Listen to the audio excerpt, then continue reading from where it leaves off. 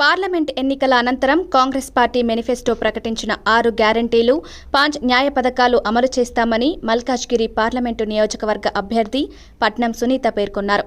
నియోజకవర్గ పార్టీ ఎన్నికల ప్రచార కార్యక్రమంలో భాగంగా శుక్రవారం రాత్రి కుక్కట్పల్లి, బాలనగర్, ఫతేనగర్ డివిజన్లలో కుక్కట్పల్లి అసెంబ్లీ నియోజకవర్గ ఇన్ఛార్జ్ బండి రమేష్, స్థానిక నాయకులు, కార్యకర్తలతో ఆమె సమావేశం నిర్వహించారు.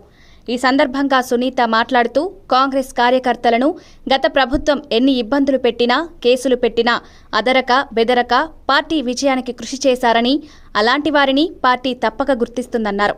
గత బీఆర్ఎస్ ప్రభుత్వంలో డబుల్ బెడ్రూమ్ ఇల్లు, దళిత బంధు, రైతు నేస్తం వంటి పథకాలలో పెద్ద ఎత్తున అవినీతి జరిగిందని సునీత విమర్శించారు. తెలంగాణ రాష్ట్రంలో కాంగ్రెస్ పార్టీ చేస్తున్న అభివృద్ధి, సంక్షేమ కార్యక్రమాలను గడప గడపకు తీసుకువెళ్లి పార్టీ పట్ల సానుకూలత పెంచాలన్నారు. ముఖ్యమంత్రి రేవంత్ రెడ్డి నాయకత్వాన్ని బలపరాల్సిన తగాదాలతో పార్టీ పరువును దిగజార్చవద్దని హెచ్చరించారు.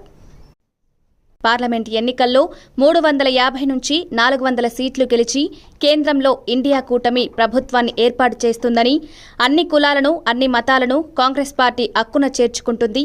దేశ ప్రజలను బీజేపీ అన్ని రకాలుగా మోసం చేసింది. గ్యాస్, పెట్రోల్, డీజిల్ ధరలను పెంచి సామాన్యుడికి అందుబాటులో లేకుండా చేసిందన్నారు. పార్టీలో ఎన్ని భిన్నాభిప్రాయాలు ఉన్నా అందరినీ కలుపుకొని పోతామన్నారు. అభివృద్ధి కావాలంటే కాంగ్రెస్ రావాలని, అందుకే కాంగ్రెస్ పార్టీకి ఓటు వేయాలని కార్యకర్తలను, ప్రజలను గట్టిగా కోరారు.